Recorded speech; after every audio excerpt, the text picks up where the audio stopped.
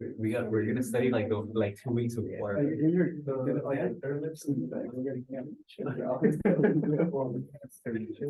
gonna have your grade's gonna be good. Oh, dude, I'm down. All night.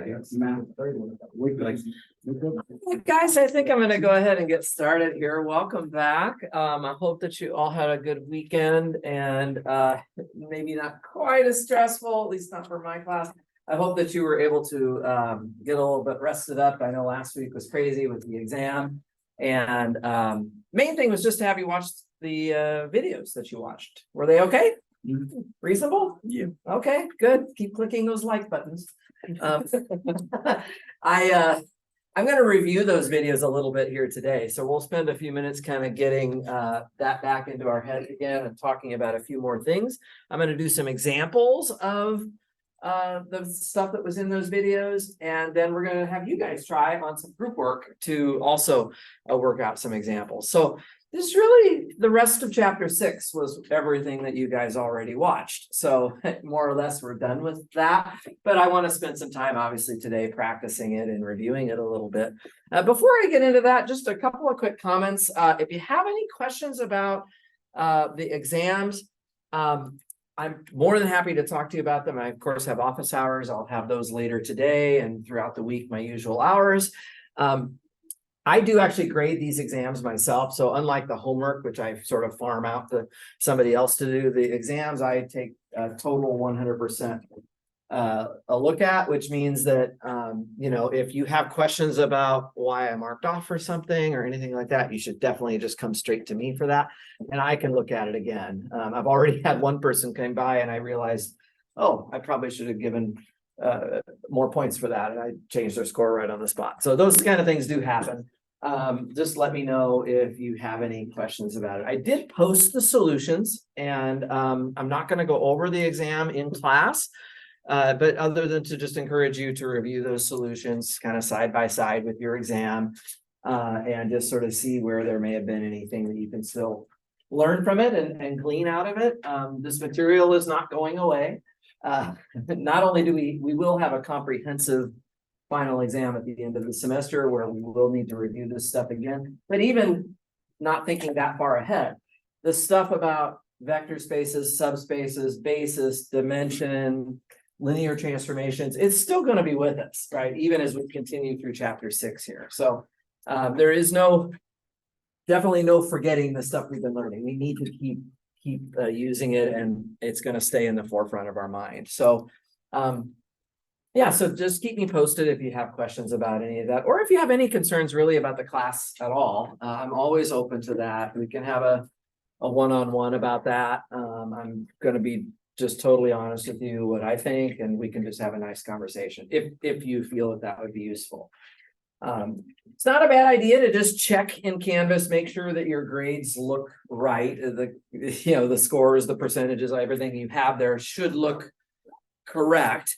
I will remind you that at the end of the semester, I will be upweighting the best part of your grade, whether it's the homework or whether it's one of the midterms or whether it's the final. I will be upweighting the best thing out of those 5 components for each of you individually. I'll look at each of your tallies and I'll make it count an extra 5%.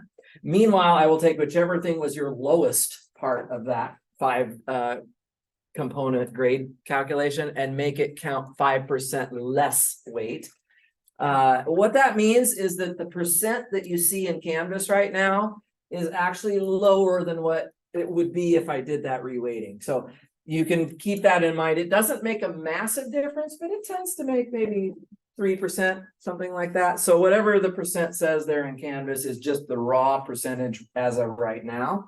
It doesn't include dropping your 2 lowest homeworks. It doesn't include this reweighting that I'm going to do. So you can kind of keep that in mind, in the back of your mind, that there will be a little bump at the end that you can't see at this point. I can't give it to you now because we have another midterm and we have a final still to tabulate before I can do the reweighting. Our third midterm, by the way, in case anybody's wondering, it is not until after Thanksgiving. I will have all of the resources for that exam. Well, they're already up, actually. I will probably try to talk about them even before we go away for about a month from now. We have a whole week off. So I'll probably try to just let you know that that's up. You'll have plenty of time to get ready for it. That third midterm is actually on the Tuesday of the last week of our regular class.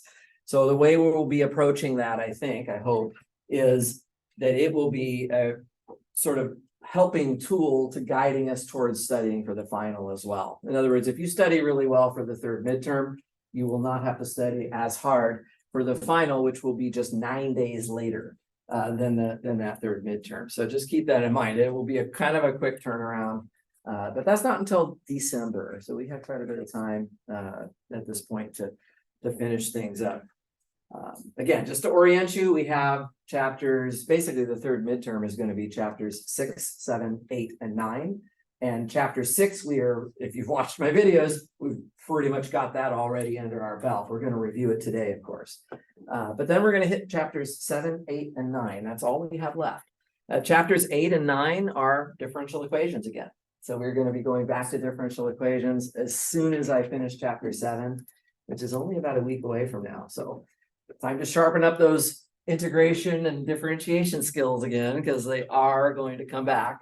We will have to be doing that again as we get towards the end of the course. But guys, the last part of this class is the best part of this class. It's like where we see everything coming together and we're using all of the stuff we learned to help us do something we couldn't do 10 weeks ago. It's really pretty cool. So I'm looking forward to it. I get really into it at the end when we get to go back to chapters 8 and 9 with the differential equations. So anybody have any questions about the logistics, kind of where we're at or anything like that? Fabiola. Like the range of grades people get at the end of the semester? What is the range of grades? It will be what it will be, right? So I have my curve that I use.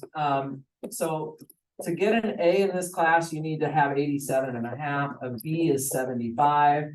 And a C is 62.5. I will not change this. This is I don't like to mess around with my general curve. Well, what I do, of course, and you saw me do it already on this midterm, is if I need to, I can bump grades up a little bit, either with extra credit, which is what watching some of these videos amounts to, or I gave you guys some forgiveness points on this exam. I heard it's good for the soul. So anyway, so I did that. I gave you guys a few extra points just because I thought maybe a couple of those questions were a little bit challenging. So I decided to do that. So I will try to make the scores fit with this curve. I mean, there's a huge distribution in this class. We have 30 people in the class. I've got some people that are right about 100% on everything, including these exams that have done really, really well. And I've also seen people at the other end of the spectrum here. So I don't have like a lot of like scores right in the middle. I have a pretty broad spread right now. So it makes it tough because I've got some people who seem to be understanding everything really well, but I also have people that are, I think, kind of having a hard time kind of keeping up with everything. So I do my best. I have lots of office hours. I try. If you guys, like I said, if you feel like you're not where you want to be, I can definitely have a conversation with you about it. Let's see if we can get you on track, maybe with a different idea for how to approach the work in this class. But yeah, it's pretty spread out, I have to be honest with you, as of right now. I think the average on this test was in the mid 60s. The first midterm was closer to 70. So drop down a little bit. I think that's normal. In Math 250B, the second middle portion of the semester with the vector space stuff is always challenging. Every time I teach it, it's like that. So no need to panic if you dropped a couple points on this exam. The third midterm, just my honest assessment of it is that the actual material is a little bit easier than what we were doing on the second midterm. But at the same time, it's just such a cumulative effect of like all of the stuff we've been learning for the whole semester. And by the time we get to week 15, everybody's kind of tired a little bit. So we'll have to take advantage of that Thanksgiving break to kind of get some rest as well as everything else. But so I think that's the challenge with the third midterm. It's just like, wow, it's been 15 weeks of material now. And there's a lot that I'm kind of trying to keep into my head right now. So that's kind of my opinion about it. But honestly, you guys have really overall done a really good job. I've been really happy with with the overall, not necessarily every single person one by one, but overall, I have felt really good about how these first 10 weeks have gone. So. Okay, anything else, Don? Is 62.5 a solid C or you a C? This would be like a C minus. So a solid C would be more like 65, but I've also been known to wiggle that a little bit. I don't like to give C minus grades because sometimes they don't count for credit as having passed. It depends on what your major is, it turns out. So I will probably not give a lot. If there's people that are on the low end of this, I'll probably try not to give them a C minus. I'll probably just try to make it a C somehow. Good question. Okay, anything else before we jump into the math today? I'm excited. I've got to talk about this stuff for a week, so I'm like really excited to do this. On the board over here on the left, I have kind of a summary of part of what you guys watched in the videos over the last few days. We're still talking about linear transformations. That's what chapter 6 is all about. And I've got the kind of the visual here that I want you to be thinking about. We have two vector spaces, V and W, which I'm just using these big circles to represent.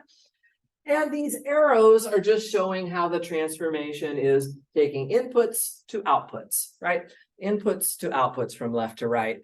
And a couple of the concepts that were in the videos that you watched, guys, are the idea of the kernel and the range of a linear transformation. So just want to briefly remind you again, everything about the kernel is over here in blue.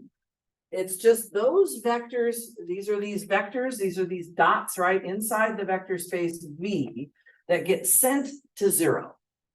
They get killed by the transformation. They get transformed to 0. That is the kernel of the transformation, right?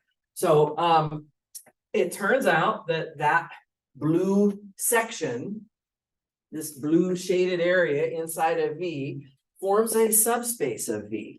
Right? And I actually don't think I had that observation in the video that you watched. So I think I might try and show that to you over here, just as a little practice on something that we should know how to do, which is showing that something is a subspace.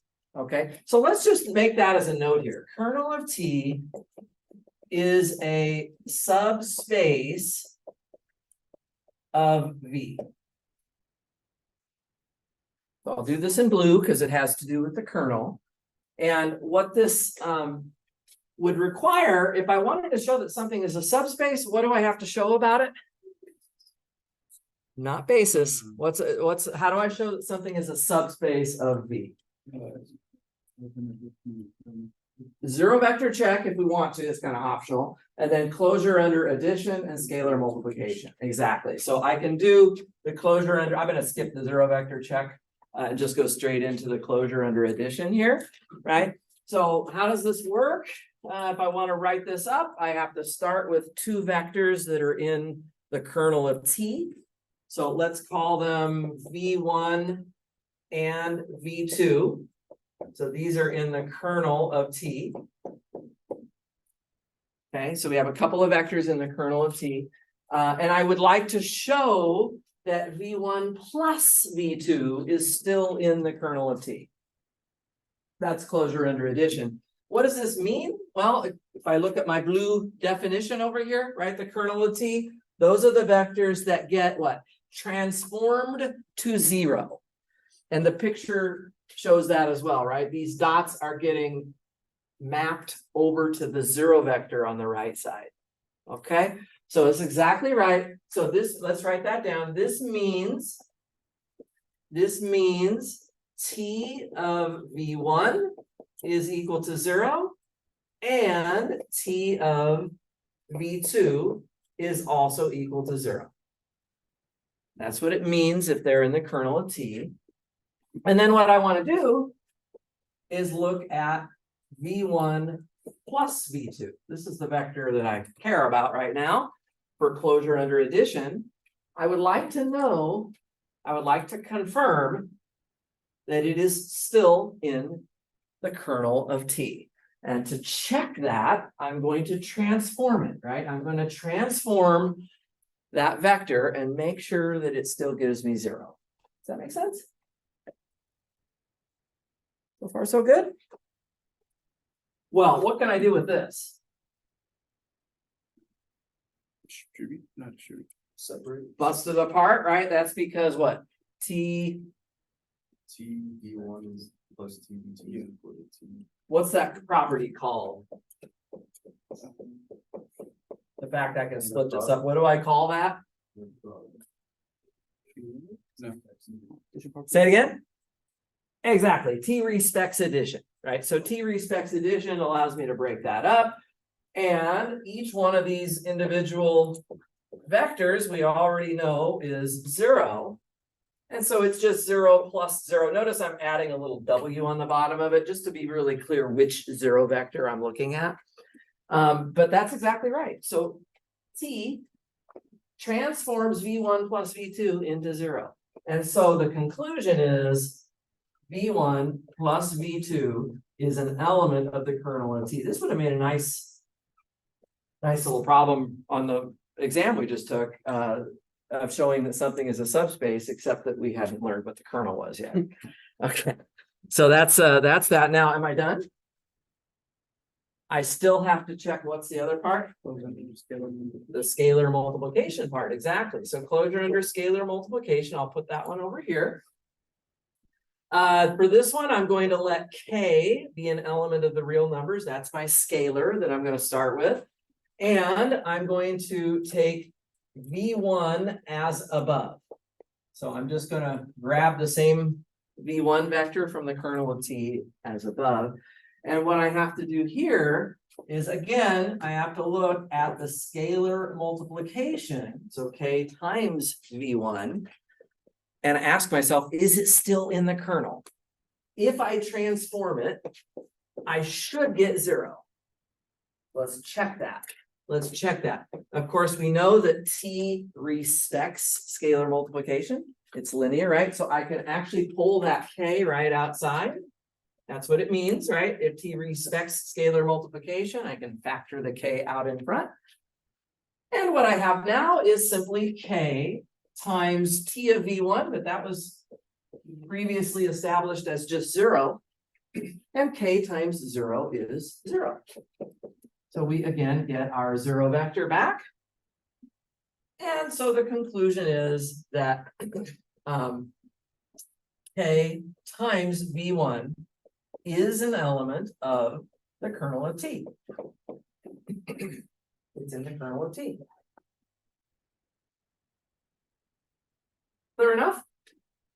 So that verifies that we do in fact have a subspace here. The kernel of T is a subspace of E. Matt, go ahead. What would it look like if it wouldn't pass?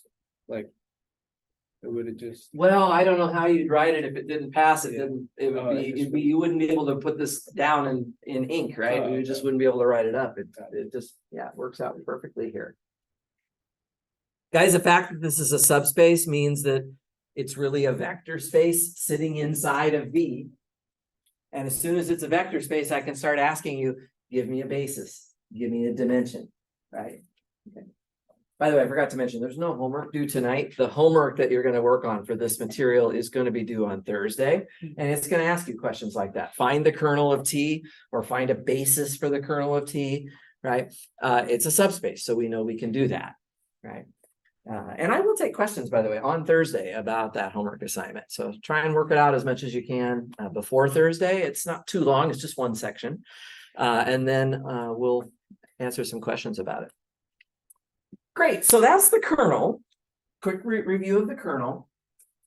Let me talk for a minute about the red side of the linear transformation here, which is the range of T.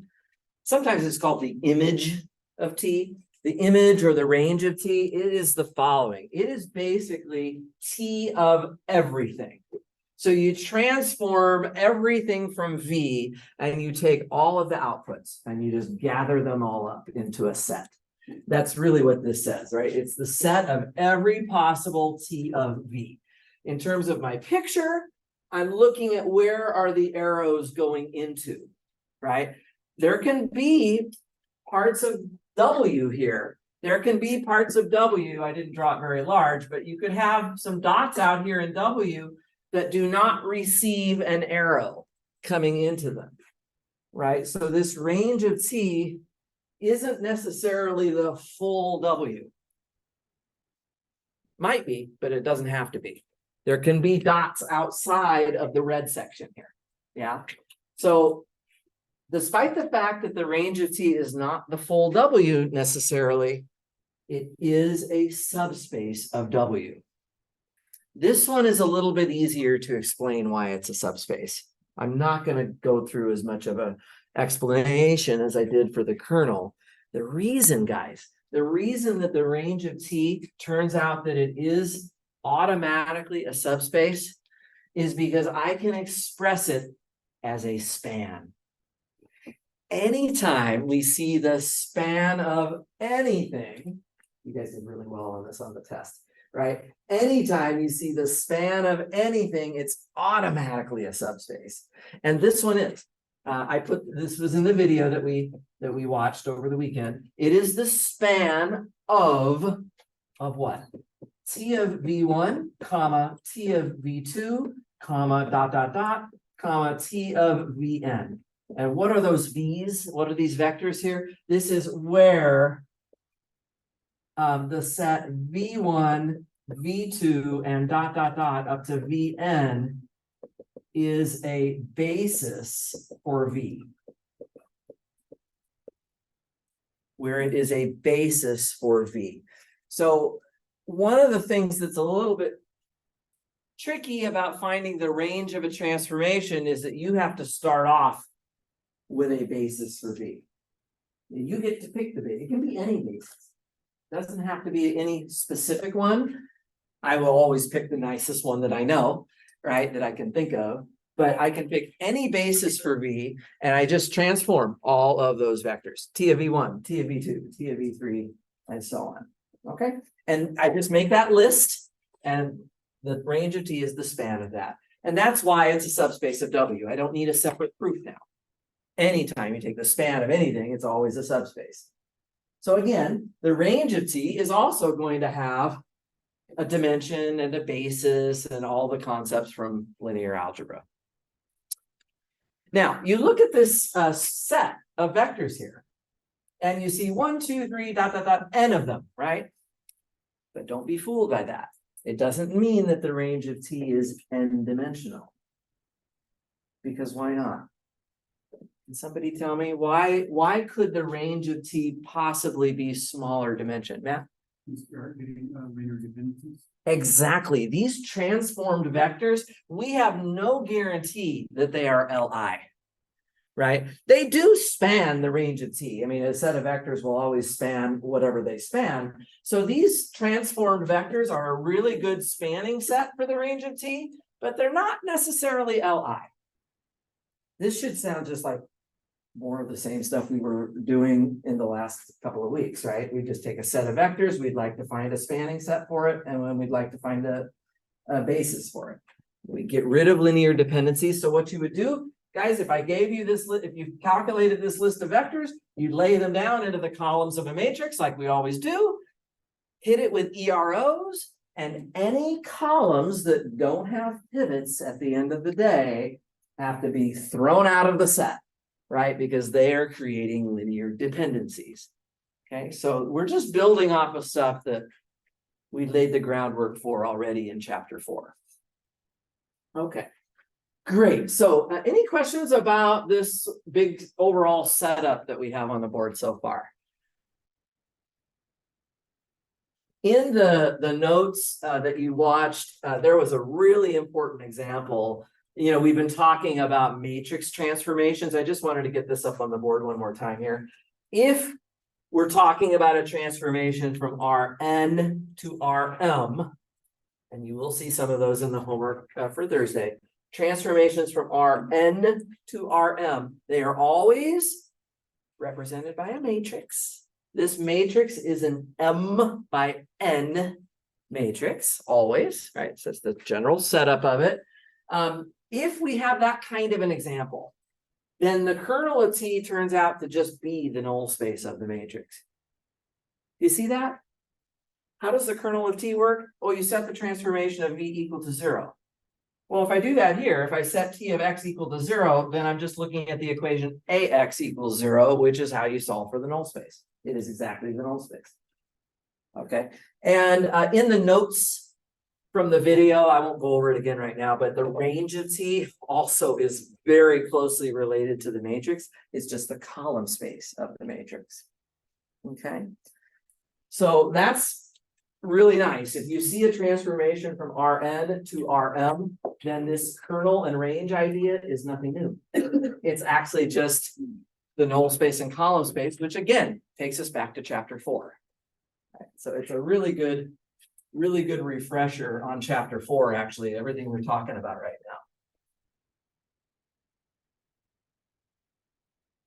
now. Now, the thing, guys, that's kind of interesting here, is that if we look at this null space and column space, we remember what their dimensions are.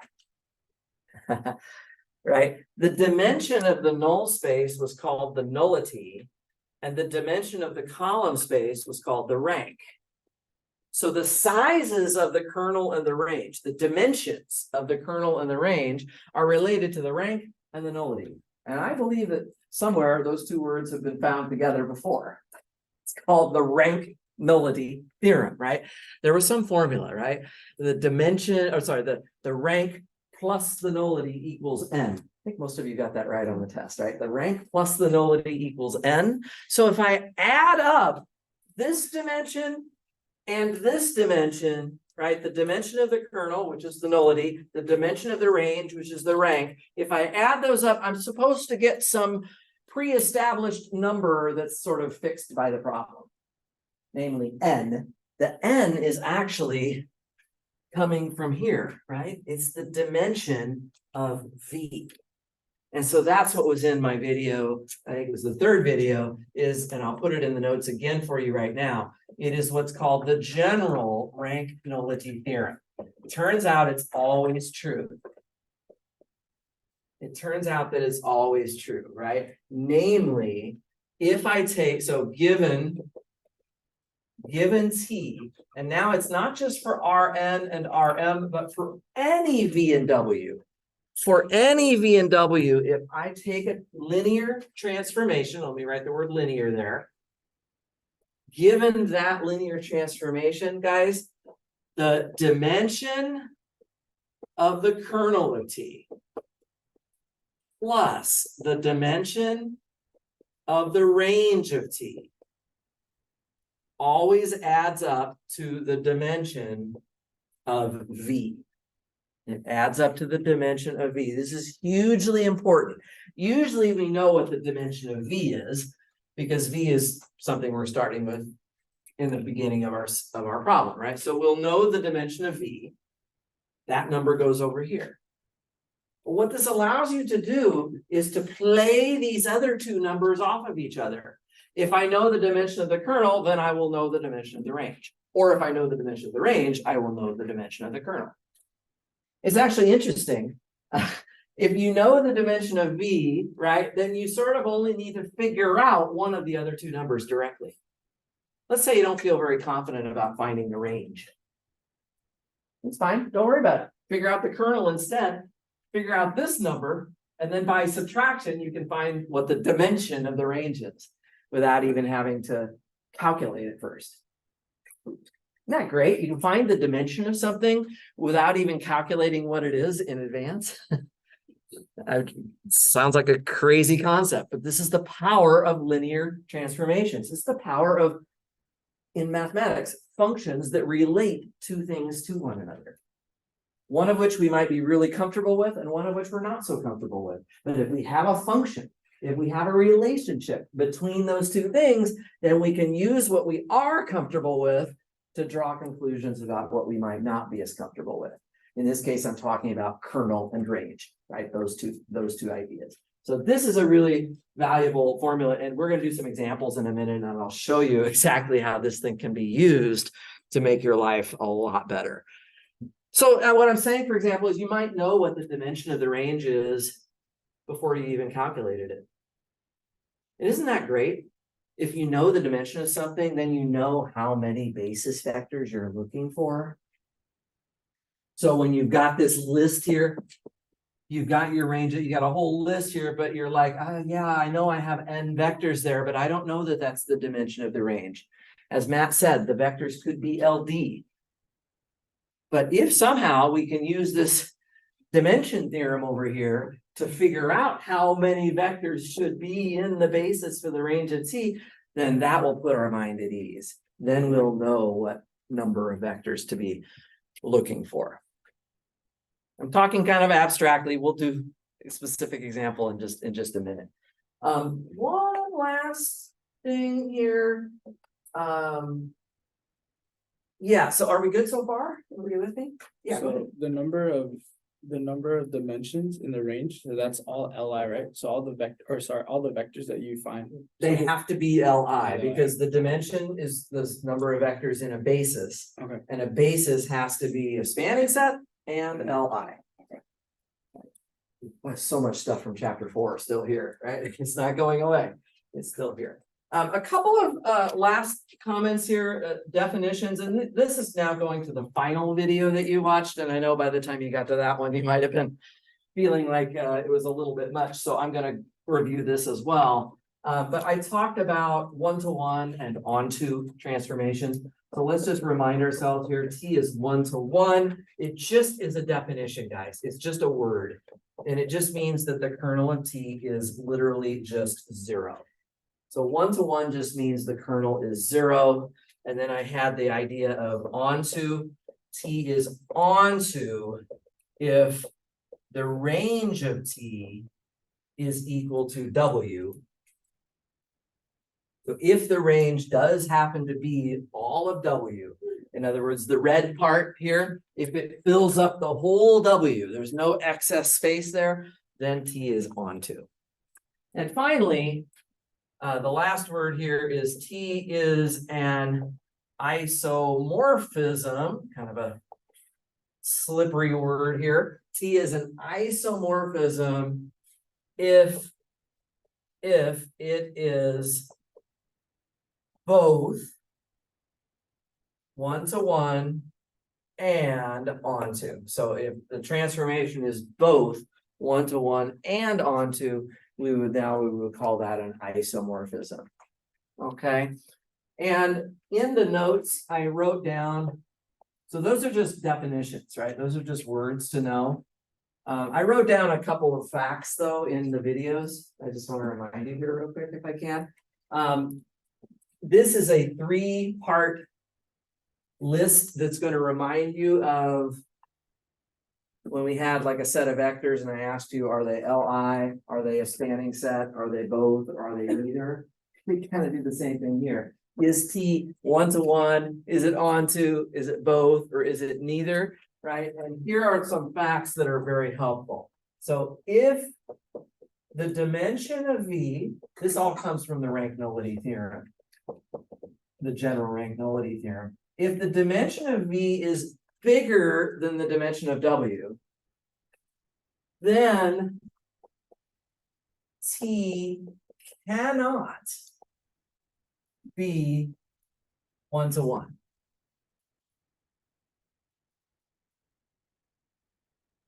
Well, why not?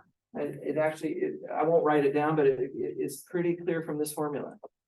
Guys, if V is bigger than W, then surely V is also bigger than the range of T. Take a look. The range of T is the red part. Would you agree that that's smaller than all of W? Right? So if V is bigger than W and W is bigger than the range of T, then that means that this number is bigger than this number. Which means this can't be 0. Right? You cannot have a one-to-one transformation. So T being one-to-one would mean the kernel is 0. Well, if this is 0, then you're saying that the range of T is just as big as V. Now that's not possible if W isn't even as big as V. Okay, so that's one statement. And then I should add over here, T might be onto. That one is a maybe. It might be onto, it might not. We would have to check the range of T and see if it equals W. Okay. The second bullet point is kind of the reverse scenario. If the dimension of V is smaller than the dimension of W, then T cannot be onto. If V is smaller than W, then the transformation cannot be onto, and T might be 1-to-1. Again, it's a maybe. In that case, T might be 1-to-1. Again, analysis of this general rank nullity theorem will lead you to that conclusion pretty quickly. Okay, and then finally, the third case is if V and W are the same size. So if the dimension of V is equal to the dimension of W, then T is both or neither. It has to be both or neither in that case. And of course, if it's both, then that's just isomorphism, right? That's the definition of what an isomorphism is. Okay, so T is an isomorphism if it's both, and that is only a possibility if V and W have the same dimension. And even then, it's only a maybe. It's that they are both or neither in that case. It's the situation like from before when K was equal to N, our set of vectors was either both Li and a spanning set or neither, and both was a basis. Neither is neither. Okay. So yeah, so that, guys, if you have followed everything up to this point, these are just sort of a quick little half-hour summary of all of what was in those videos. Other questions? What I'd like to do for the next little bit is some examples of all this. Okay, I know I had some in the videos, I had quite a few actually, but I'd like to show you some more. Okay, because I really want you guys to have a chance to ask me questions in real time. And I also think there's no such thing as too many examples, right? It's really good to practice these things again and again. So let's do a couple of examples of these ideas. I'm erasing this right now, but we are going to need it, of course. So we'll write it back down when we need to. Let's do an example here. So I'll call these warm-ups, even though we're already probably warmed up. What I would like to do on these problems, guys, is find bases for the kernel of T, range of T, and then decide if T is 1-to-1 onto both or neither. So this is what I'd like to do. I'm going to do 3 examples. Try 3 examples. Here's the first one. I'm going to define T. T is going to have inputs from P2 of R and outputs from M2 of R. Actually, these examples, at least the first 2, are going to come right off of the midterm. So one of the examples on the midterm was I took T of AX squared plus BX plus C, and I spit out this matrix. So this should look familiar to you from the exam we took last week. It's a 2x2 matrix with these entries that I'm putting in right now. I forget which problem it was. I think it was problem 2 actually from the midterm. So it was just this transformation right here. Okay. On the midterm, what I was asking you to show that T was linear. Okay, so we now know that. And I don't want to focus on that part of it. I want to assume it is already linear. We checked that already in the exam. Now what we're going to do is figure out the kernel and the range. Okay, so I would like to start into this. There's a lot for us to do here. Does anybody have a preference whether we start with the kernel or start with the range? Kernel? Okay, let's start with the kernel. How does the kernel work again? For the kernel, what we basically do, guys, is we set the transformation equal to 0. Right? So what we do is we take the t of ax squared plus bx plus c, which we have the formula for. I'm just writing it down again. We just write this thing down, right? Just put it down black and white here, but we're going to set this now. We're going to set this one equal to 0, 0, 0, 0. This is what we have to do for the kernel of t. For the kernel of t. And you can imagine that I've got 4 corners of my matrix and they all have to match up with 0, 0, 0, 0, right? So I can make some equations here. Negative 4c has to be 0. 5a minus b has to be 0. And 7a plus 7b has to equal 0. All 4 corners, the lower left corner doesn't really tell me anything, so I won't write that one down, but the other 3 corners of the matrix have to all be set equal to 0. And you can look at this pretty quickly and tell that obviously C is 0. And even from the bottom 2 equations, they are not multiples of each other. You'll very quickly be able to prove. I don't think I'll take the time to set. I could put this into a matrix right now and solve it for A, B, and C. That's what we've learned how to do all semester in this class, right?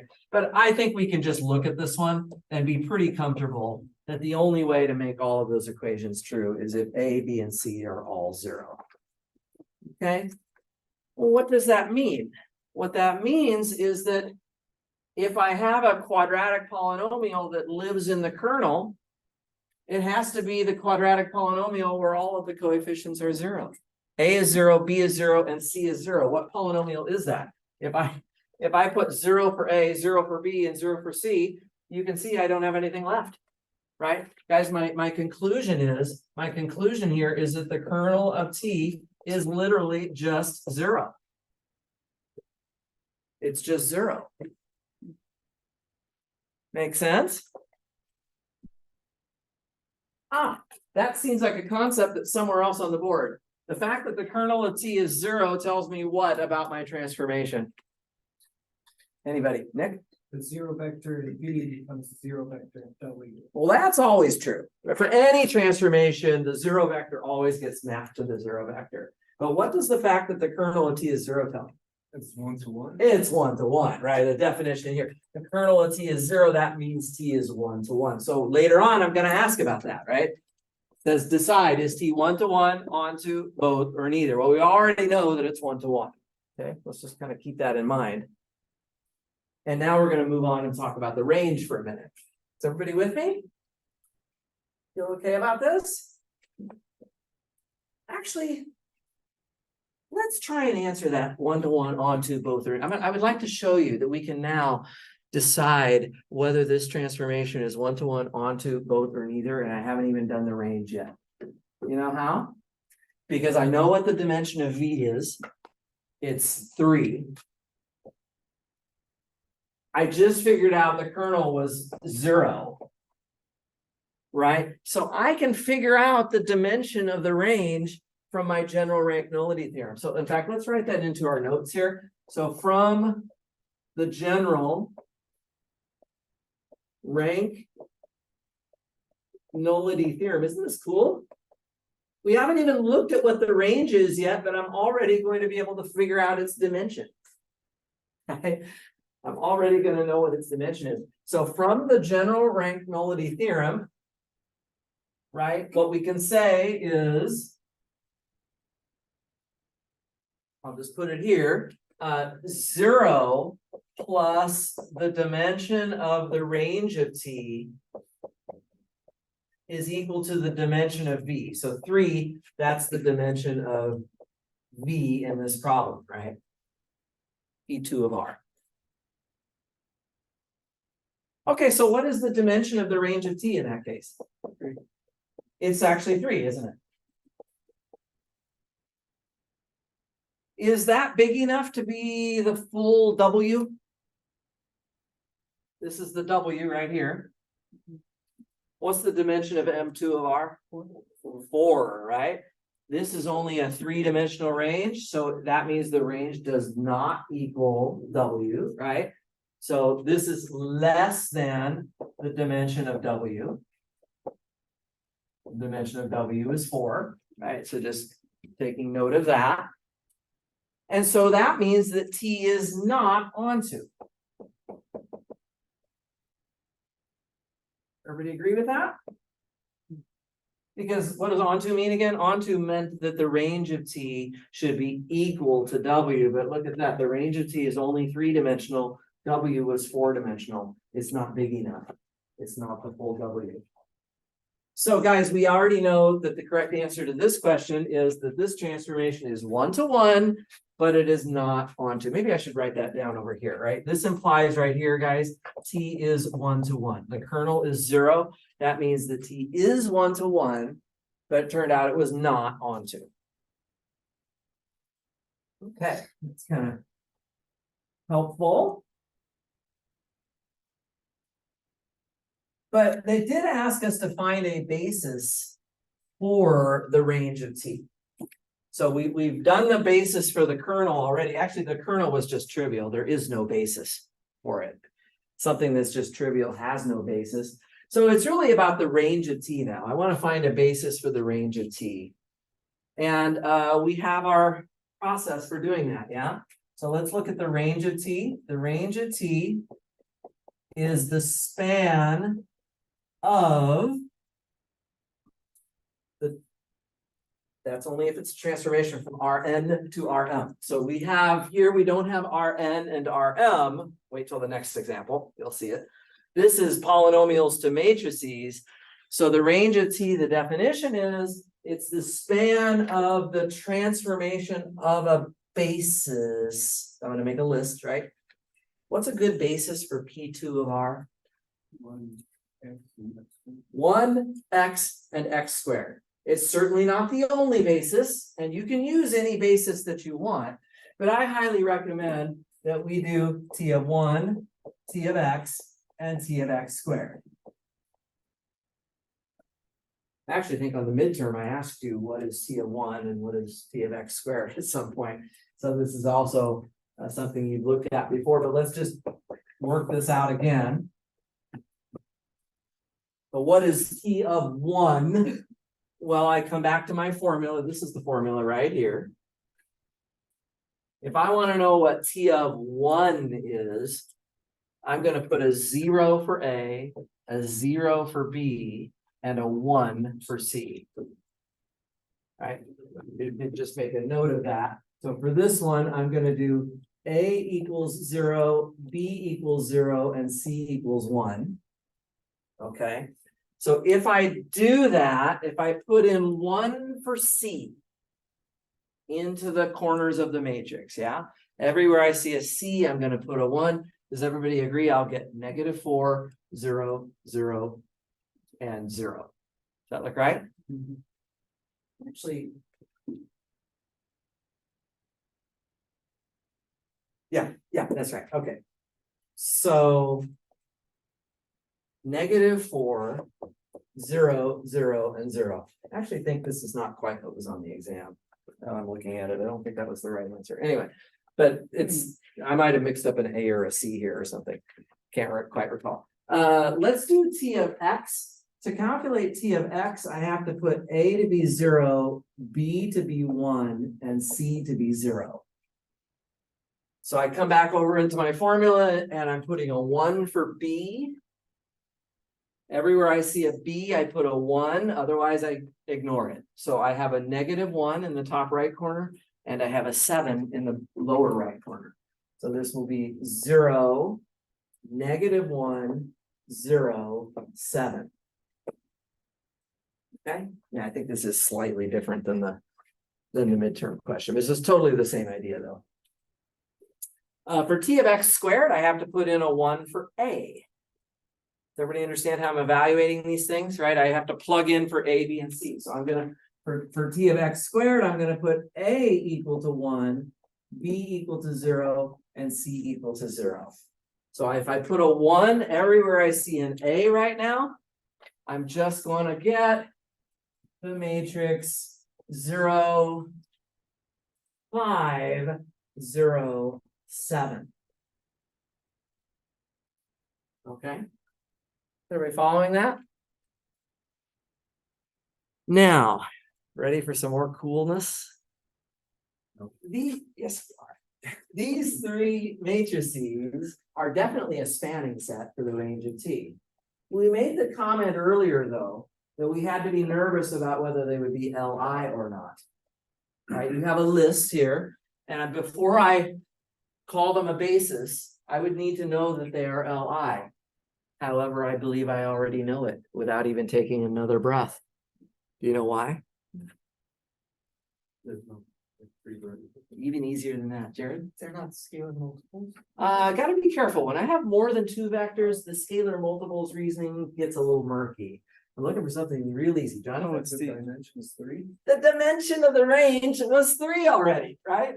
If these vectors were LD, we would be required to throw one of them away to make a basis, and that would make our basis too small, right? We already know. Isn't it great when you know the dimension of something in advance?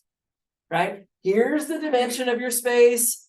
How many vectors do I have here? 1, 2, 3. K equals 3, right? So the K value is matching the dimension of the range of T. So it's both or neither, right? We're in a both or neither case, but it's definitely a spanning set because these vectors will span whatever their span is. Automatically, without even thinking about it, they will span whatever they span.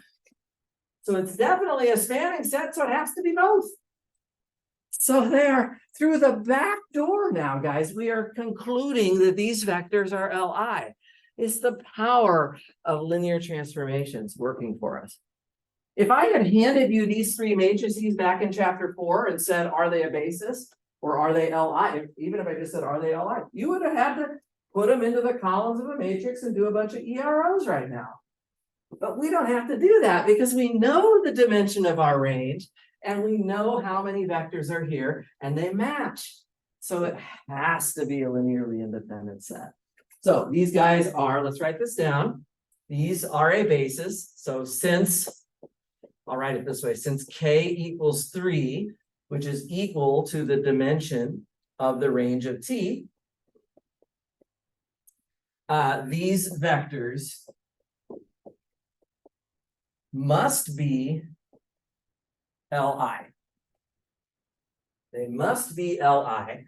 And so therefore they form a basis because they're a spanning set and they're Li. So thus, this is a basis for the range of T. Pretty cool. That's pretty cool. Don't actually have to check directly that they are Li.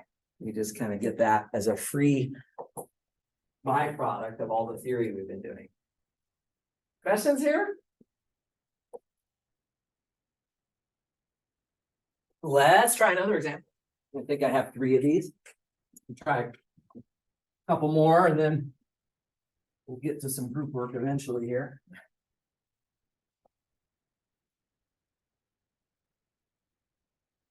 So number 2, this time I'm going to take following example. So for number 2, T is going to go from R4 to R3 via, oh, that looks like a transformation from Rn to Rm, right? That means that this has to be a matrix transformation, right?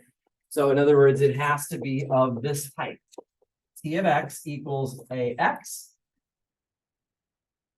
where A is a matrix. What's the size of the matrix A going to have to be if I'm doing this properly? 3 by 4. 3 by 4, right? You swap these 2 numbers, 3 by 4. Let's get the size here, 3 by 4.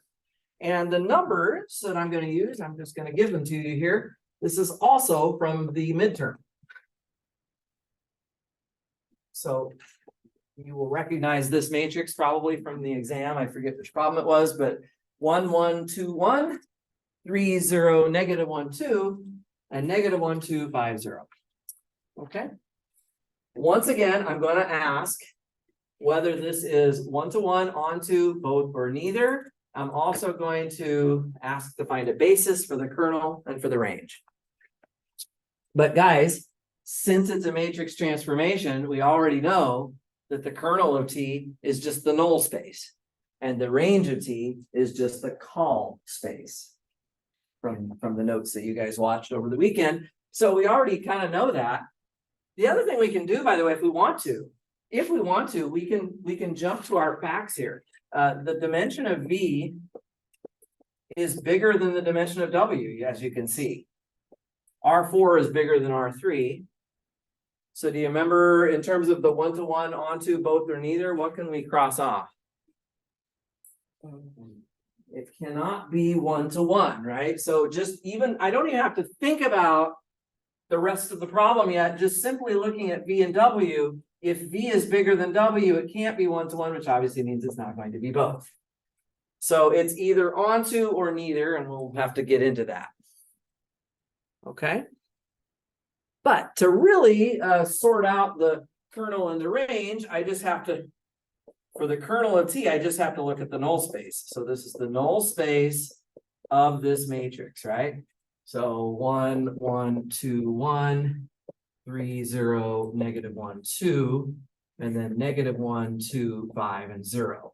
And in the exam, you guys would have row reduced this matrix. I will just briefly try to save some time and just get to the punchline here. If I take -3 times the first row and I add it to the second row, I will get 0, -3, -7, -1. This might look familiar from your exam. And it turns out that the bottom row, if I just add the first row to the bottom row, I just get 0, 3, 7, 1, which literally just is a multiple of the second row. So it will end up getting zeroed out. And I'm going to circle my pivots. You guys did a good job on the exam of circling those pivots, which is really helpful. And this is more or less the row echelon form. Okay. Now, if I want to find a basis for the kernel of T, I have to remember that, I have my variables that I'm going to associate with the matrix here. At this point, I'm basically doing the exam problem for you, because I did ask you to give a basis for the kernel of this, or for the null space of this matrix. So you can see that Z and W are both free. Let me just call, I'll call Z equal to R and W equal to T. These are my two free variables. And then I have to figure out what Y is. So from that second equation, let me see if I can, I guess I'll write it right up here. The second row of my matrix is -3Y minus 7Z minus W equals 0. If I want to solve that for Y, I would probably just move the 3Y to the other side of the equation and then just divide through by 3 to get Y by itself. Yeah. So what's that going to give me? So if I solve this for Y, I'm going to end up getting -7/3 of Z, but Z is equal to R, and then minus 1/3 of W, but W is equal to T. So it should just be -7/3 R minus 1/3 T. And now I have to go back to the first equation and solve for the X, right? So X, let's see, X plus Y plus 2Z plus W has to add up to 0. I'm going to need a little bit more room, I think. I should have just brought my exam solution with me. It would be a lot faster. It's okay. It doesn't hurt to practice this. So I just want to solve for X right now. So I come over here, so I solve for X. It's going to be -Y minus 2Z minus W. And I have to start just plugging in Y, Z, and W now. So the negative of Y would be 7/3 of R plus 1/3 of T. minus two Z, well, two Z is just two R, and then minus W, which is just T. And I'm just gonna clean that up a little bit.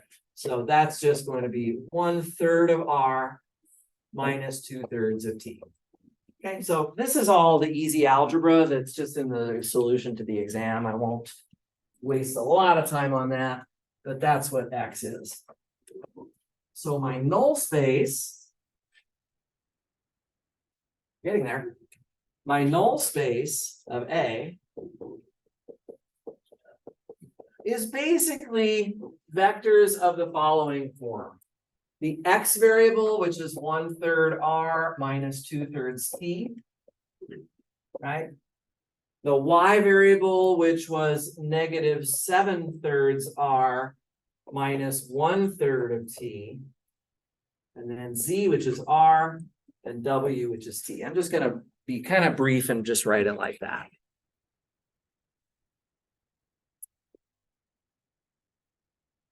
So far, so good? Solve for X, Y, in terms of the free variables, which are Z and W. I've written now everything in terms of R and T. I'm now going to get my basis for this because it asks me for a basis for the kernel of T. Guys, we've been doing this for a while, so I'm going to go kind of fast on this. We're just busting out the variables now, right? This is the form of the vector. I have to bust out the R. Everywhere I see an R, I have a 1/3 here. I have a negative 7/3 here. I have one R here, and I don't have an R on the bottom slot. So the R variable busts out like that. And then I have to do the same thing with the T variable. Negative 2/3 for the first slot, negative 1/3 in the second slot, and then a 0, and then a 1. Okay. So there's your basis for the kernel of T. As predicted, the kernel is not 0. We already knew that was going to happen. And we actually now know even more that the dimension is actually 2 exactly. Right? I have 2 vectors here, so the dimension of the kernel is 2. So can somebody tell me, even before I take a breath about this, what the dimension of the range would have to be? Give myself a little room up here. Think about the dimension of the range while I'm erasing. See if you can figure out what it's supposed to be.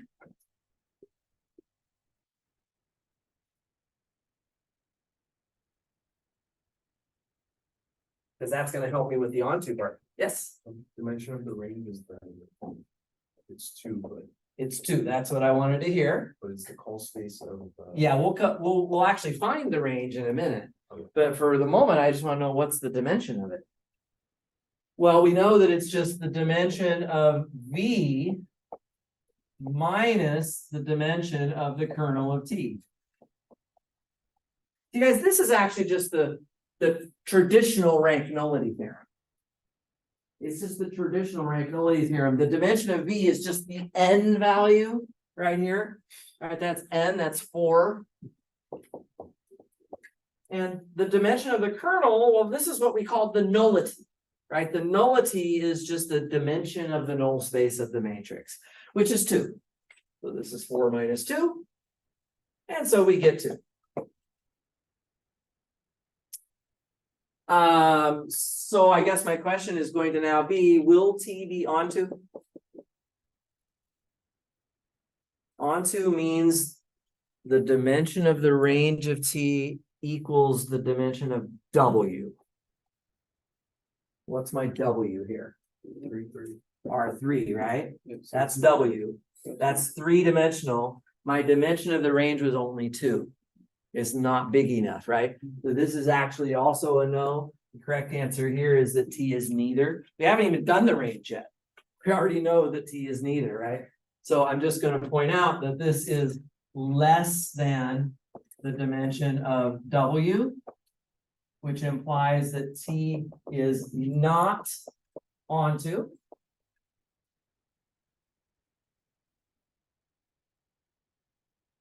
This one right here, the fact that the kernel is not 0, this one implies, I'll go back to this for a second, guys. that T is not 1-to-1. So it turns out that it's neither. It's not 1-to-1 and it's not onto. Let's do the basis for the range of T.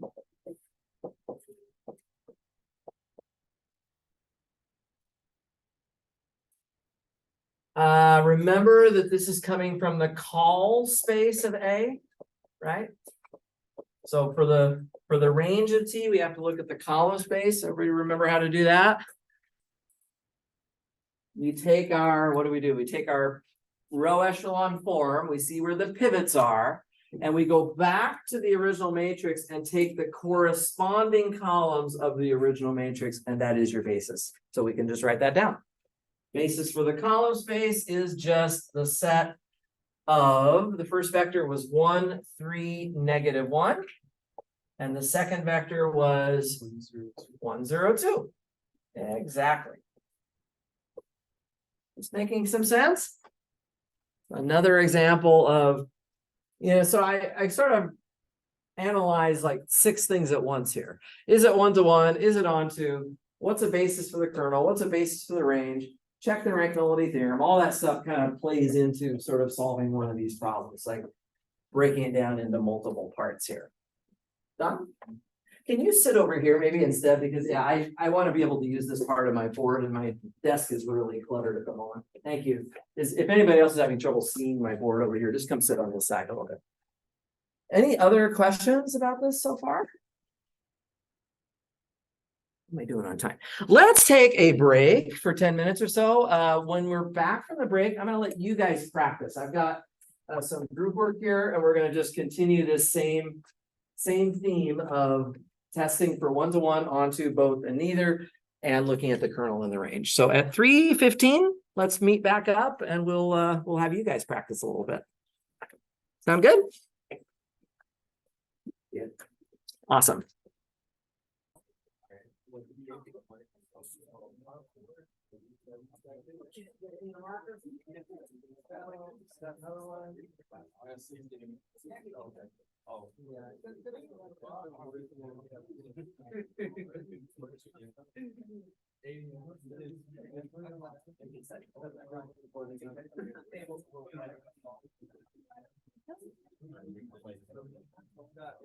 I got the camera on you guys. So you just gotta have to make sure it's all good and correct here. Oh, you guys are all one big group. Okay, that's fine. In that case, I will move the camera over here. I might move it here.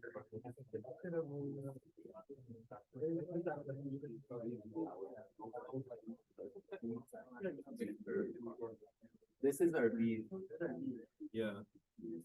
So B and this is W. So this is 4 and this is also 4. Okay, guys, be real careful about what W is.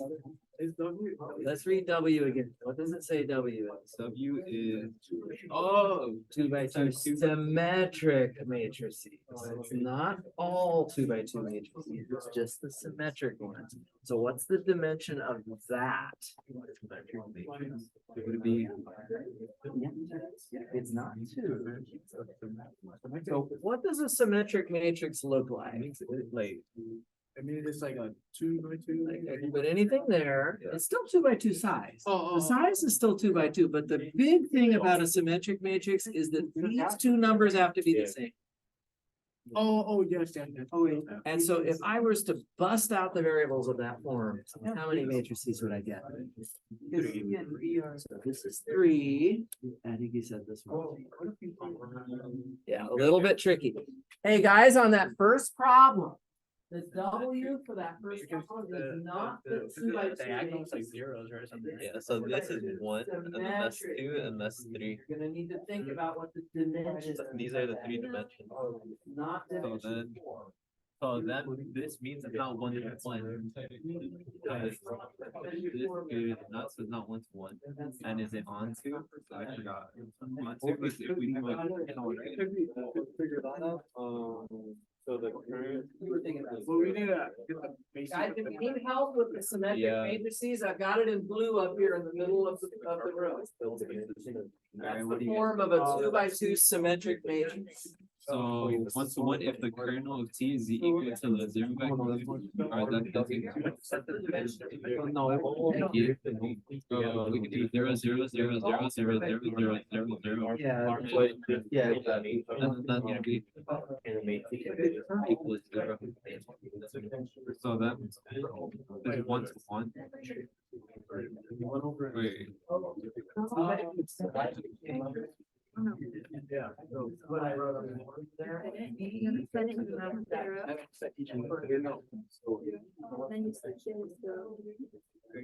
Oh, we augmented with 0. Yeah, you just said it equal to zero. You said G equal to two. We solved. There is no fee in just. Oh. Yeah, you're right. And then to get all of this. Numbers for the.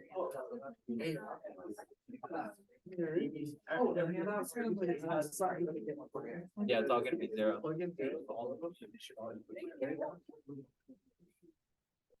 Anybody need help? It's all gonna be 0. A equals 0, B equals 0. That means that D is a free variable. And actually,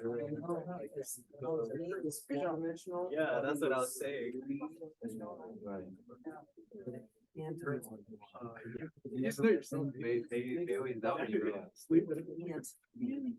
So that makes no sense. So there's no basis. Not be 1-to-1 because B is. That's right.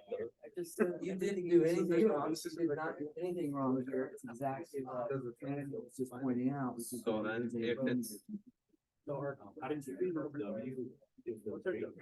So the form of a 2x2 symmetric matrix is this right here.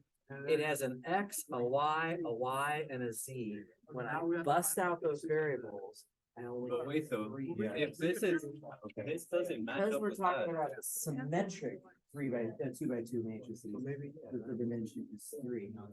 So when you're thinking about your kernel, It's just not a basis. There's not a basis for this. so your kernel of T, what is it? It's A, B, C, and D, which is a free variable, right? But and then over here, what Basis, when we did you was bust we got the out point the equal to free 0. variables. And if you get the kernel equal to 0, then that means it's 1 to 1. So that's why we're like. So Actually, Oh, we don't know. perhaps this part right here. I feel like this is Right, wrong. sense? Yeah. And then pretty much covers that. It is gonna be, wait, it is. Yeah, that D is easy to No, miss. that's No, gonna sorry, be, it's not. that might be onto. It might be on two, yes. Anybody need help? So to check if it's onto, we have to do, what was it? The rate. We forgot it, the basis, then it would be 0, 0, 0. Let's say with 0, right? And that's how he augmented it.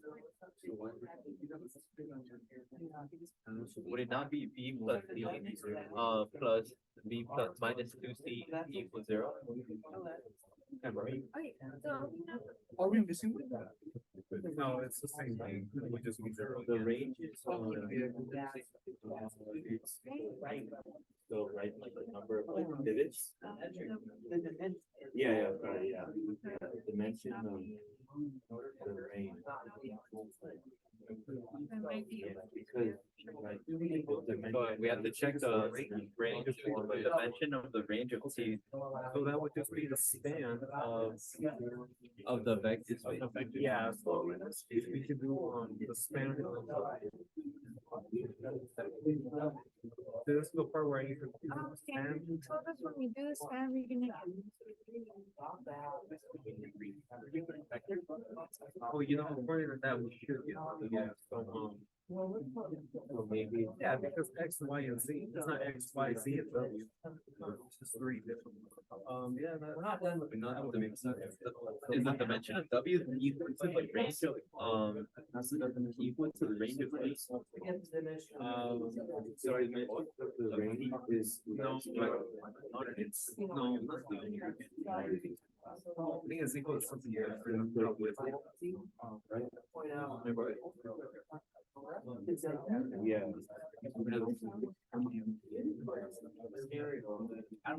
What's the span of the matrix gonna be? That's what, remember we did like absolutely. Oh, so it's gonna be, we're gonna like factor out the variables, right? You said, I feel like- what's that beats is like zero. Yeah.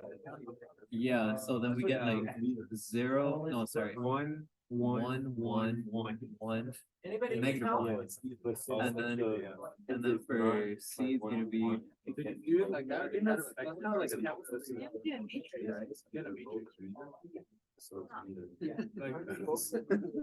oh yeah, but this is gonna be the base. Did you get the kernel? Are you working on the kernel right now? Yeah. Okay, if you're working on the kernel, we shouldn't be working with this thing, because this is the W side of the equation. So we need to go back to V. And on the V side, we're plugging in A, B, C, and D. Right? So what you have on the kernel here is A is 0, B is 0, C is 0, and what about D? No, we just did that here. There is a D here in the question. It just doesn't have. So it's just D, it's just a free variable, because it's not listed anywhere. But A is 0, B is 0, C is 0, and D is free, and so what's the dimension of this going to be? How many, if I bust out my variables, how many vectors will I get? One. Right? If I bust out the T, my basis will be 0, 0, 0, 1. Guys, this is one vector. I know it has 4 slots, but it is one vector. So the dimension of your kernel is 1. There you go. But that's like. Because earlier, well, the first time we were doing it, we got like 0, and so we were confused. Yeah, because it's not supposed to be 1 to 1. If B is bigger than W, it can't be 1 to 1. Yeah. So you know that this can't be 0. It has to be at least 1. Turns out it's exactly 1. And now I bet you can figure out, okay, so the dimension of the range is equal to the dimension of V minus the dimension of the kernel, which is 3. That matches W. So it is onto. Yeah. It's onto, but it's not 1 to 1. All right. Sounds good. So now it's, Yeah. So we knew it wasn't 1 to 1. And then we were questioning if it was onto, but you just showed that it's onto because of, so it's just on. It's a weird speaking being, right, when you have the 3 variables. Because we were trying to. Because they're equal. Right. It's like that. Wait, does he want us? Hold on, yeah. Does he want us to solve for? Well, this is like the dimension of the range. So. I feel like if he asks us to specify like what exactly the basis of the range of. The range would just be the span.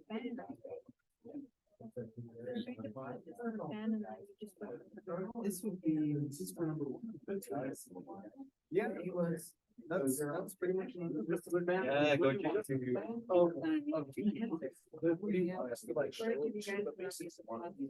We just find like. This.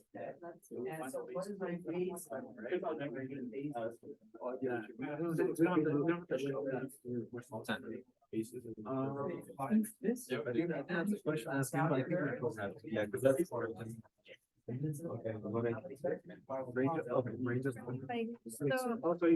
So how would we write it though? Check. Okay, so how we're doing it? R4. Right. I was gonna put A over here. No, actually, so like for everywhere that has A. You go 1. So 0, 0, 0, 1. -1. Are we just busting up the variables right here? So then C is gonna be 1, -2. okay, you get the point, but then for the range of. Span. Yeah. Yeah. Yeah, I'm pretty sure you. 1. It's so Scott.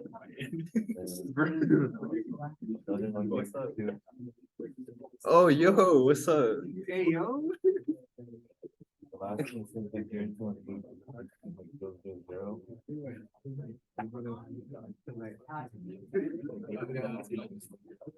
That's what I said. So the thing.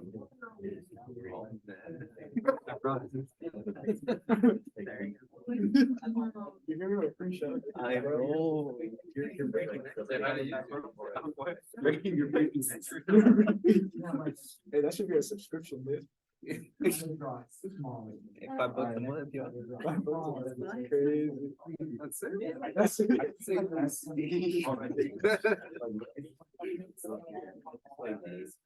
The range of these three.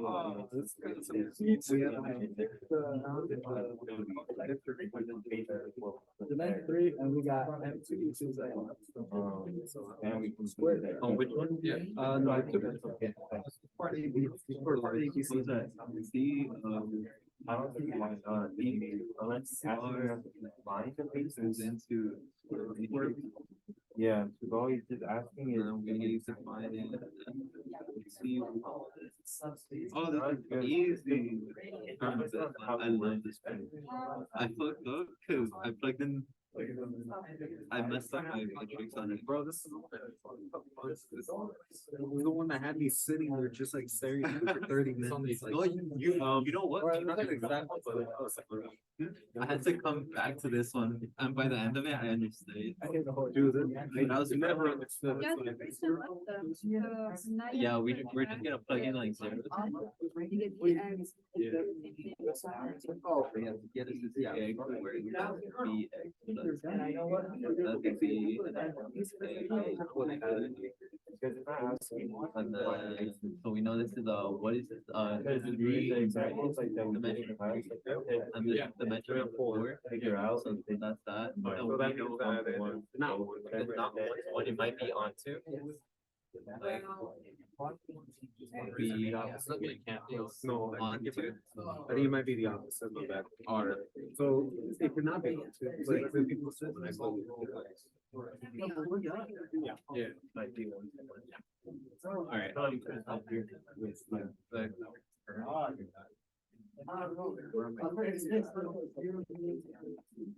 Our, how do you do the kernels?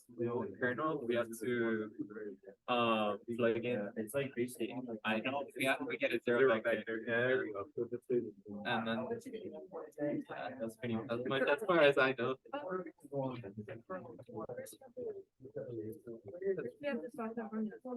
Anybody need a hand? That's the easy part. How's everybody coming here? Are we able to stop here if we find out like what dimension? Yes. Yeah, we're gonna. Absolutely. I know that. Did you actually find Yeah. the basis for the range of two? It would be this, no? Because this is prop one, right? Yeah. Your answers should look like 2 by 2 matrices. Oh, It's W, Zero. so it should be like something like. So we get Yeah, negative it's- 4, two. So that, a lot of people will do this kind of thing and then you just have to. Negative 4. Negative, yeah. Oh, yeah, I didn't do Oh, that. that's- You just have to decide if it's one to one. or Negative not. two, Yeah, you negative would find this and then you can find out. Two, Be done. Be done. one. Yeah, that's right. That's right. Beautiful. So the only thing like extra work is you have on like basis. You have x squared, so that's like, third one minus the third one. See, we. Yeah, literally. That's like. No, we did though. No, not like this. It was in my, somewhere, but no, it wasn't further in my opinion. Yeah, and PO one is PO x squared. No.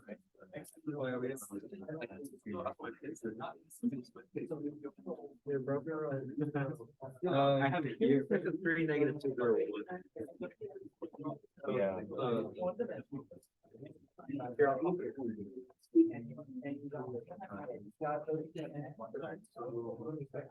Three, negative 2, 0. Oh, man.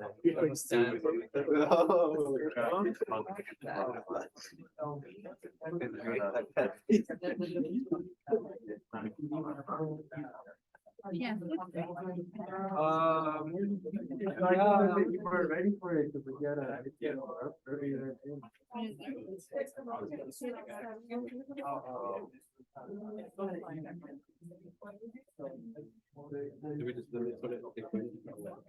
That's gonna be a part of it. Yeah, we look at that. As long as I get above C on each test, I know that I'll pass. You're like all the way there. That's dangerous. No, it's fine. I know. I already feel that way until, maybe like, I used to be that way until I got to my first like, and I was like, oh, See, I failed. they do confidence, good living. I'm like, now you're back for them.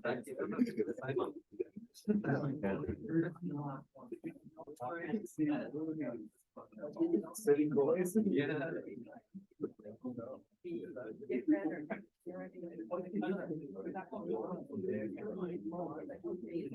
So the kernel of C, how do we go about finding it? The kernel of C, the kernel of C. So again, yeah, so we just say basically that we are one augmented, but in a way, it's just, actually, no, never mind. I think it equals zero is a better way, because if we have. Yeah.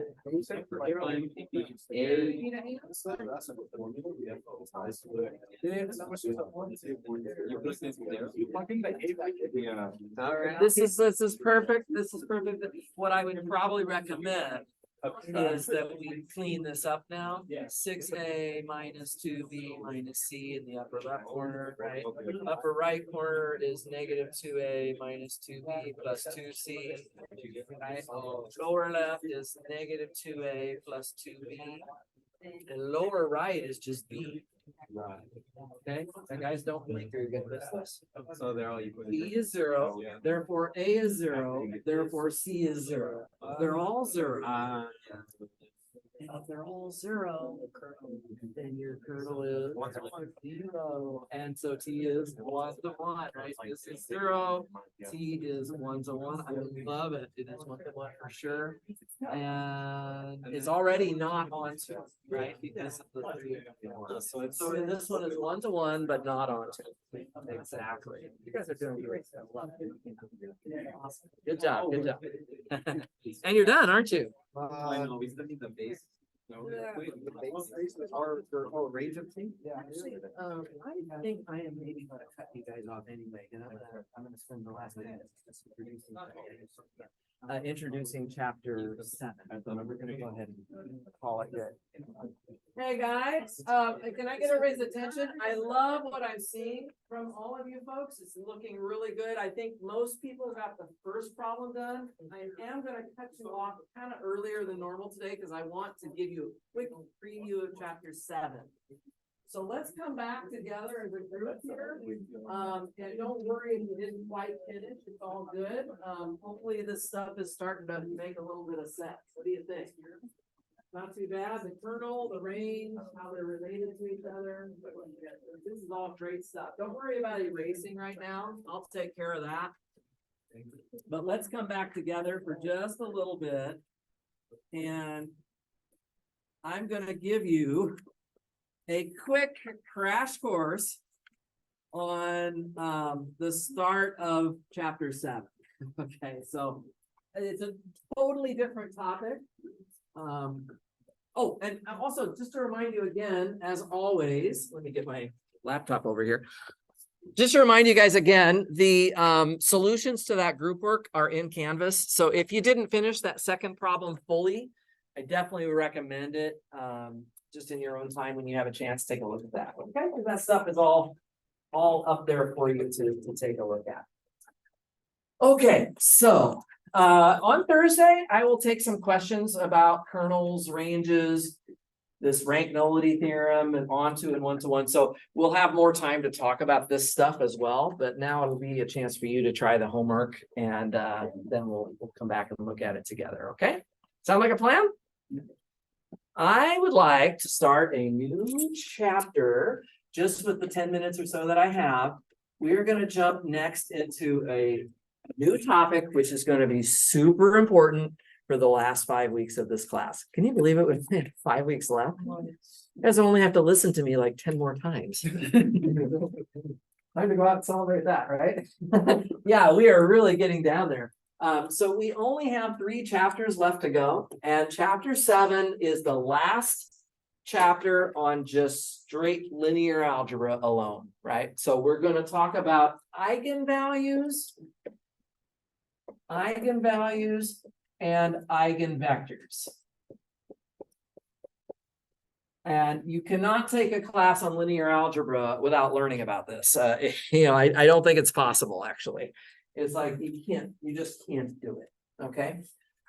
Throughout this chapter, right, we are going to let capital A be an n by n matrix. So I know it's been a little bit confusing, like sometimes we have to have a square matrix and sometimes we don't. For this chapter, every matrix has to be a square size. And most of the time, if we're not using a computer to find eigenvalues and eigenvectors, the size is going to be probably 2 by 2, 3 by 3. Maybe I could stretch it and do a 4 by 4, but it's not going to be too big, right? Because by hand, it gets very difficult to do these things. By the way, does anybody remember another chapter of this book where we were confined only to square matrices? Determinants. Exactly. So you will not be surprised that probably in the next 10 minutes, determinants are going to find their way onto this board again, right? I told you everything links together, right? We do everything in a certain order for a certain reason. It's because we use all these tools. I just love that about this. So yeah, we are going to find with these square matrices that determinants are in the background of this topic a little bit. So let's talk about, I'm going to go right into a definition here for you, and then I'll draw a picture to kind of show you what this is supposed to be for intuition purposes. Let's talk about what the eigenvalues and eigenvectors of a matrix are. So if we have a vector V that is not 0 in Rn, so this would be a vector that has n slots, right? And then we have a scalar, and just for the traditional consistency of this theory, the scalar that is usually used here is this Greek letter that is pronounced lambda. So you're going to see lambda a lot in chapter 7. And that is simply a real number. That is just a scalar. That is a real number. So if V is not 0, and lambda is any real number such that, okay, are you ready for the most important equation in chapter 7? I'm going to give it to you right now, and I'm going to remind you next 3 or 4 lectures what the most important equation in chapter 7 is. It's this one right here. A times V equals lambda times V. Okay? Put that in neon lights in a box, highlighted however you want to. That equation is super, super important. Okay. In this case, we call V an eigenvector of A with corresponding eigenvalue lambda.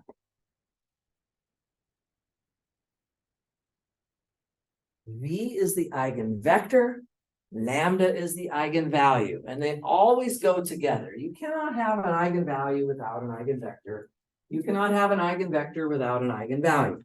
They come as a pair, and in fact, we can talk about this pair together. So we call, if I want to actually sort of put the lambda and the V into like a pairing here, and in just parentheses together like that, we can call that an eigenpair of A. So an eigenpair of A is literally just taking an eigenvalue and an eigenvector and kind of associating them together. Okay. So far, are we okay? Now, I probably won't, I get tired of writing eigenvalue, eigenvector, eigenpair. So I'll start abbreviating that as E value, E pair, E vector. I'll just kind of use an abbreviation. You'll see me doing that. But of course, it means exactly what we're talking about here. Guys, I'd like to give you a little intuition behind this. What's really happening is you're starting with a vector V. You're starting with a vector V, and when you multiply it by A, that matrix moves that vector. It puts it somewhere else in Rn. So V is a vector in Rn to begin with. If you need to, think about n equals 2 or n equals 3, something you can actually draw and visualize, right? So you have this vector in 2 or 3-dimensional space.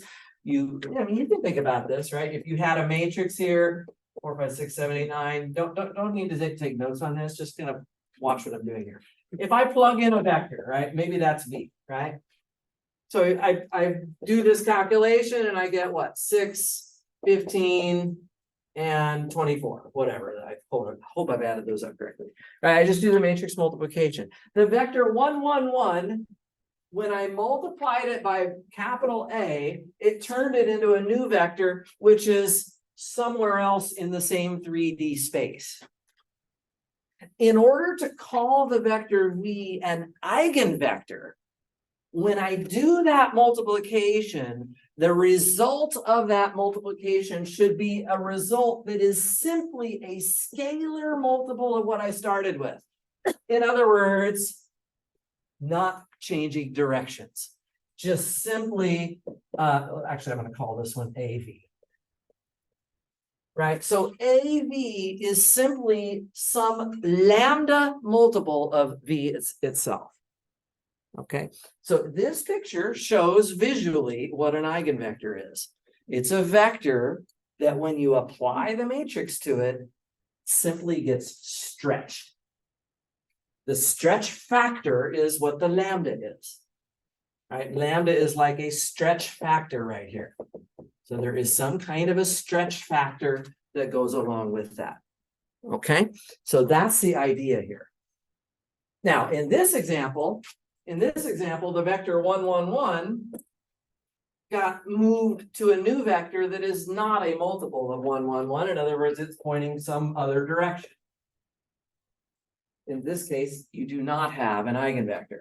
So this is not an eigenvector when the vector gets turned. Right? If it moves to some different direction, then it's not an eigenvector. An eigenvector has to stay in the same. Now, the lambda could be a negative number, so I should allow for that. AV could get 180 degrees turned in the opposite direction. I should also point out that the lambda could be a fraction less than 1. So when I keep calling this a stretch factor, I should also potentially consider it to be a shrink factor. It could shrink the vector down so that it's actually shorter. So you could have had, your AV could just be even shorter than the original V as well. Any of these pictures would be indicative of an eigenvector. The vector doesn't change direction. It's simply getting stretched or shrunk or flipped 180 degrees the opposite way. So far, are you guys with me? There is a little bit of geometry behind it, as you can see here. So this is what I wanted to make the point. So just as an example here, let's say we take the matrix A to be, 2, 1, 3, 0.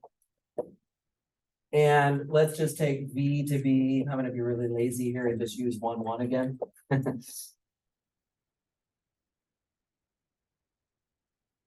So then what I'd like to note here, is that if we take A times V, if we do this calculation, we're going to have 2, 1, 3, 0 times the vector 1, 1. And if I multiply that out, if I just do this calculation, if I do it correctly using my usual matrix multiplication dot product, I should get 3, 3. That look right?